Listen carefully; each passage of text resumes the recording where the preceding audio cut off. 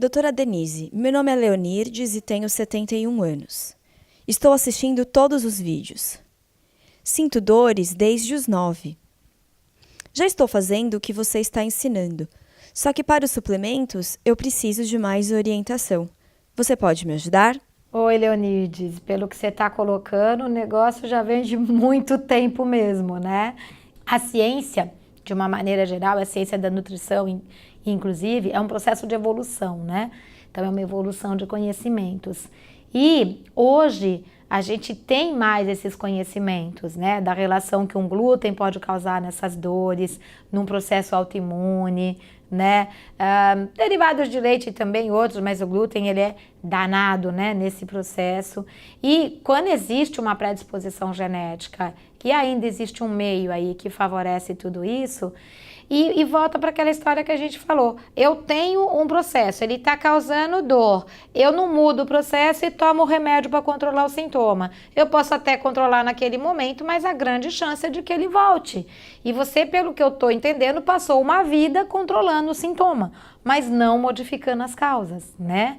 Então, a gente lembra daquela frasezinha do Chico Xavier, né? Ninguém pode voltar atrás e fazer um novo começo, mas qualquer um pode começar agora e fazer um novo fim, né? Então, essa mudança na alimentação, sem dúvida, vai começar a te dar um belo suporte, tá? Então, tanto de evitar ao máximo as coisas que podem te inflamar, como consumir muito que te protege, né? Muita hidratação também, tudo bonitinho. E sim, eu acho que é importante, como eu já falei várias vezes, nesses casos onde já existe um problema, já existe um desgaste nutricional, já existe um processo inflamatório, um desgaste da cartilagem, essa recuperação dessas funções, ela é feita por nutrientes. São nutrientes que formam células, são nutrientes que formam uma cartilagem, são nutrientes que têm ação natural anti-inflamatória, antialérgica, antioxidante, desintoxicante. Então, mais do que nunca, a gente, após aos 50 anos, e alguns falam até antes disso, é natural diminuir a produção do ácido clorídrico e diminuir muito a captação de vitaminas e minerais. Então, provavelmente é um processo que você já tem desde muito tempo atrás, essa deficiência de absorção de principalmente micronutrientes, tá? Porque senão não teria tantas funções alteradas assim. Então, é como você falou, precisa recuperar. Se você, no local que você mora, consegue encontrar alguém que já começa a te dar esse suporte, ótimo. Você colocou, inclusive, que já marcou uma consulta comigo para maio. Sim, vai entrando em contato com a secretária, porque havendo uma vaga, ela consegue te encaixar, tá? A gente faz sempre o máximo para poder estar dando esse suporte, né? Mas é o máximo que eu posso te falar em relação a isso, né? Vai tentando. Mas se você puder, por aí, por onde, no local que você mora, já encontrar alguém que pode começar a te dar esse suporte, provavelmente isso já vai começando a abreviar e ajudando um pouquinho mais a você melhorar mais rápido essa qualidade de vida, né, Leonide? Vamos tentar fazer o máximo que der para fazer, tá bom? Tenho osteoartrite nas juntas facetárias, degeneração discal e osteonecrose da cabeça do fêmur. Há 2 anos, comecei a sentir dores na perna esquerda e fui diagnosticado com osteonecrose no fêmur.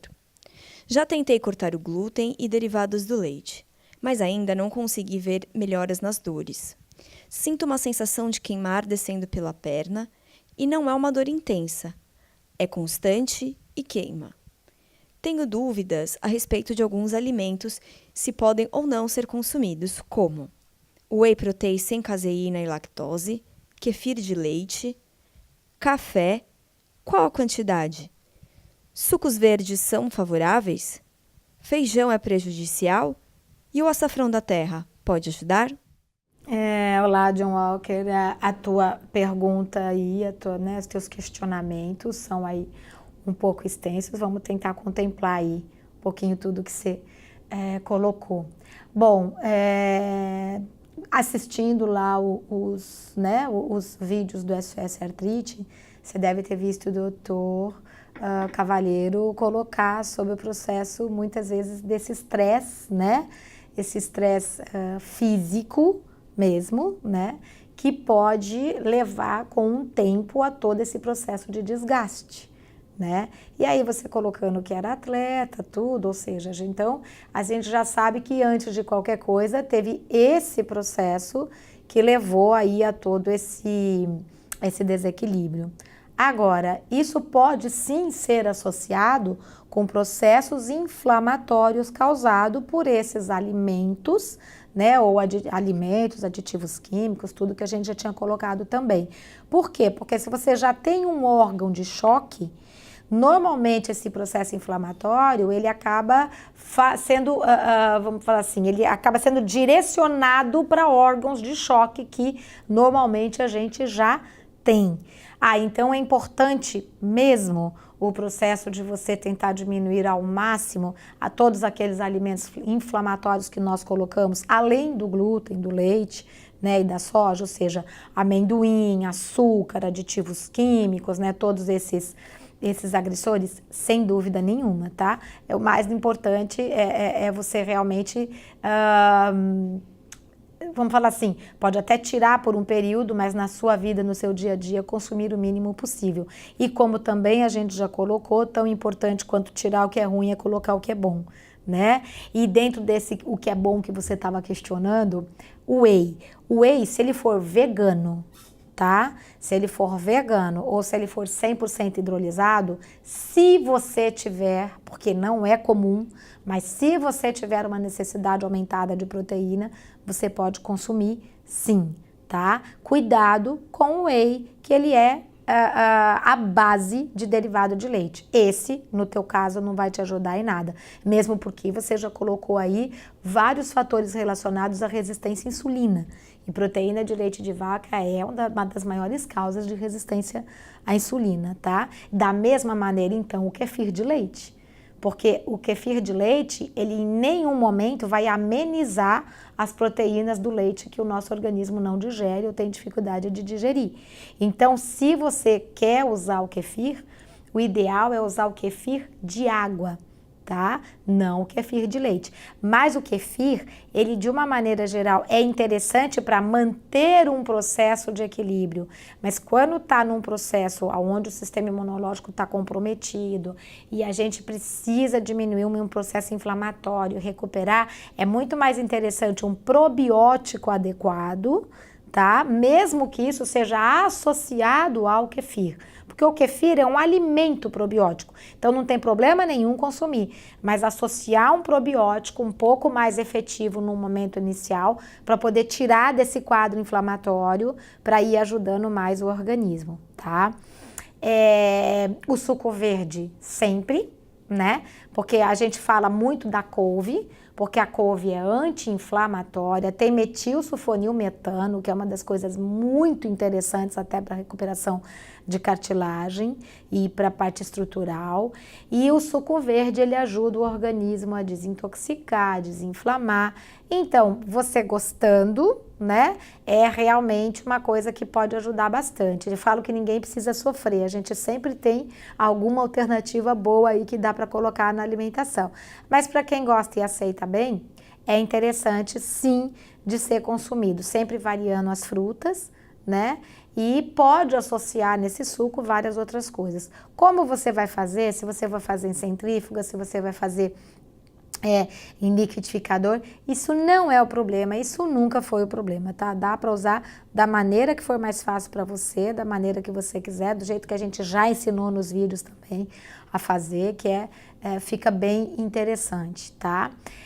A cúrcuma sempre, tá? Então a cúrcuma ela pode ser usada tanto em preparações, pode acrescentar no suco, pode colocar no meio de uma salada, mas ela também pode ser usada em pratos quentes, sim, tá? Então pode ser usada para fazer um arroz, para fazer um tempero, né, em qualquer produto, colocar no meio de um pão, ou seja, ela pode ser usada da maneira que você preferir.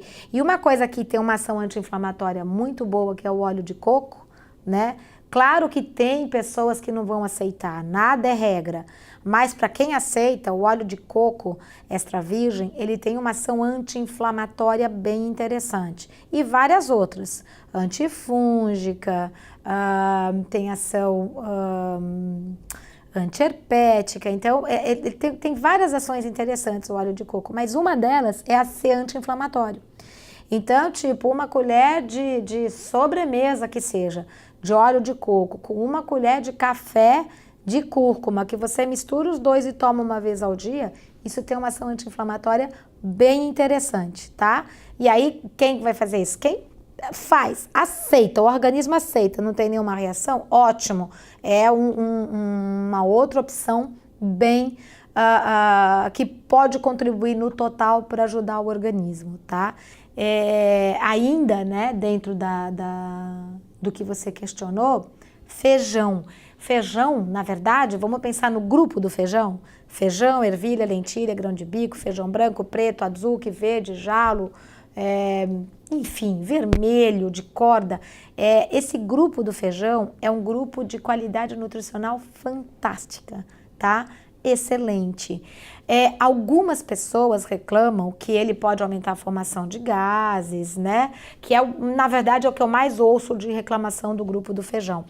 E isso principalmente pode acontecer quando a pessoa tem mais dificuldade de produzir um ácido clorídrico. Então, em primeiro lugar, se isso acontece, se come, sente mais essa sensação de estufamento, de formação de gases, toma uma tintura vegetal de alecrim antes, tá? 20 gotinhas aí diluído em água antes do almoço, antes da janta, e observa como fica. E outra coisa, muitas vezes a pessoa fala assim, o feijão aumenta a formação de gases, mas a ervilha não, a lentilha não, o grão de bico não. Então, presta atenção no grupo alimentar. Se um não é legal, o outro pode ser. E são alimentos muito de qualidade nutricional fantástica.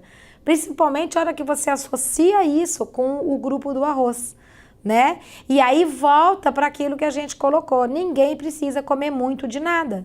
Se eu consumo um pouco de cada um, eu consigo evitar excessos e carências. E aí eu tiro o benefício que cada um pode me dar, né? Sem ter excesso de alguma coisa que pode me prejudicar. E aí volta essa mesma a colocação para o café, né? Tem pessoas que são sensíveis à cafeína? Tem. Essas, em geral, são aquelas que naturalmente já vão se afastando dela, porque tem gente que toma cafeína e não dorme, tem gente que toma cafeína e fica muito agitado. Agora, de qualquer maneira, para qualquer pessoa, a cafeína é irritante gastroesofágica, de uma maneira geral. A cafeína, quando você consome com o estômago vazio, quando está mais de 3 horas sem comer, pode dar hiperglicemia seguida de hipoglicemia. Isso pode levar a tontura, a labirintite, a mal-estar, além de aumentar a resistência à insulina, né? Mesmo que você consuma ela sem açúcar. A cafeína, ela pode inibir o GABA, que é um neurotransmissor que evita agitação mental, que melhora foco, que dimensiona problema, que evita pavio curto.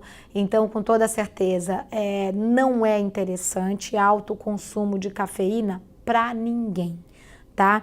Então, quando a pessoa não sente nenhum efeito imediato da cafeína, tenta manter esse café em torno de 2 a 3 vezes por dia no máximo. E o que é mais importante, nunca com o estômago vazio, tá? Come uma fruta, depois um café. Então, evita o café ou coisas que tenham cafeína com estômago vazio. E tome muito cuidado com o termogênico, porque tem um monte de termogênicos utilizado aí que tem uma quantidade imensa de cafeína. E realmente tem pessoas que não vão se dar bem com a cafeína em quantidade alta, inclusive com potencial inflamatório que ela pode desencadear no organismo, tá? Então não é só a cafeína presente no café, Presta atenção no chá preto, no chá mate, mais do que nunca, acho que quem já está preocupado com alimentação saudável não vai tomar refrigerante, né? Mas com as cafeínas que tem por aí. E principalmente em muitos suplementos utilizados para atividade física. Que aí o pessoal acaba colocando quantidades muito elevadas de cafeína. Então aí sim, vale a pena você ficar atento e tomar cuidado com essa quantidade excessiva de cafeína. Mais importante do que você emagrecer é o que você vai eliminar. Emagrecer na balança aceita qualquer coisa. Você pode perder peso tirando músculo, água e glicogênio. Para quem está com processo de osteonecrose, eu preciso fortalecer o músculo. Então, o processo não é emagrecer tirando peso na balança, é eliminando gordura do organismo ao mesmo tempo que ajuda a incorporar a proteína para manter esse músculo adequado. E você não vai fazer isso tirando carboidrato. Então, não é tirar carboidrato, é consumir o carboidrato na quantidade certa, o tipo certo, na hora certa. É isso que vai ajudar a te dar suporte e fortalecimento muscular para dar suporte para esse processo de osteonecrose que você tem e tentar ao máximo recuperar, né, para melhorar esse processo, ok? Uso glicosamina e condroitina há alguns anos e notei clara melhora no início e manutenção da falta daquelas dorezinhas enjoadas. Mas, em um dos vídeos, ouvi a informação de que a condroitina pode afetar o aparelho digestivo. Tenho esofagite, hérnia de hiato e consegui, com sucesso, substituir o pantoprazol por suco verde. No vídeo, também ouvi da possibilidade de excluir a condroitina e acrescentar metilsulfonilmetano e ácido hialurônico. Posso fazer essa substituição? Minha segunda questão é referente ao magnésio. Qual seria a dosagem recomendada? Qual a variação de magnésio? Em que horário ou junto a que ele tem melhor efeito? Oi, Maria Beatriz, obrigado aí por você estar sempre, né, aí junto com a gente, né, e fazendo aí as tuas questões que são sempre muito bem-vindas, tá? Então, assim, em relação à condroitina, uma das coisas que eu coloco é que algumas pessoas começam a ter sintomas ou efeitos colaterais e não sabem que é a condroitina. E acaba muitas vezes parando tudo sem tomar nada em função de achar que o produto está dando problema e não, em especial, a condroitina. Se você toma e não se sente mal, nem seria o problema. Mas como você relata ter esofagite, tá? E ter tido, né? Que pelo que ele diz, já melhorou tudo, né? Mas como é um órgão sensível, tá? O estômago, o esôfago são órgãos sensíveis, então realmente talvez valha a pena evitar a condroitina, tá? E assim, a dosagem de 1.500 miligramas é uma dosagem que é padronizada pela própria indústria do produto, tá? Não que ela seja necessária. Então, efetivamente, é mais importante o conjunto dos nutrientes do que uma grande quantidade de um só. Então, a importância é sempre aquele conjunto. Como você disse, a hora que você tiver a oportunidade, assista inteiro o SOS Artrite, que aí você vai pegar com certeza todas essas informações. Mas eu vou dar umas dicas aqui para você, que eu acho que repetir também não é o problema, tá? Eu acho que são informações que vale a pena, muitas vezes, a gente saber. Então, assim, quando a gente fala do sulfato de glicosamina, o mais comum de eu trabalhar, tá? Porque, obviamente, eu só vou trabalhar com isso com pessoas que já estão com esse comprometimento. Então, normalmente, eu trabalho com dosagens que vão de 1.000 a 1.200 miligramas, tá? O metilsulfonilmetano, normalmente também, ele vai ser próximo disso, de 800 a 1.000 miligramas. E o metilsulfonilmetano é fantástico, porque é uma forma orgânica de enxofre. E o enxofre está na base de tudo que é estrutura do organismo, tá? Então você fala cartilagem, osso, pele, unha, cabelo, o músculo, ele está na base de todo esse processo. Só que o metilsulfonilmetano também é anti-inflamatório, também é desintoxicante. E o metilsulfonilmetano isoladamente é utilizado para diminuir dor, isoladamente, tá? Então, se ele junta com a sulfato de glicosamina com o metilsulfonilmetano, Aí é uma ação bem interessante, tanto na diminuição de dor como na recuperação de cartilagem, né? E você viu que as ações são bem mais amplas.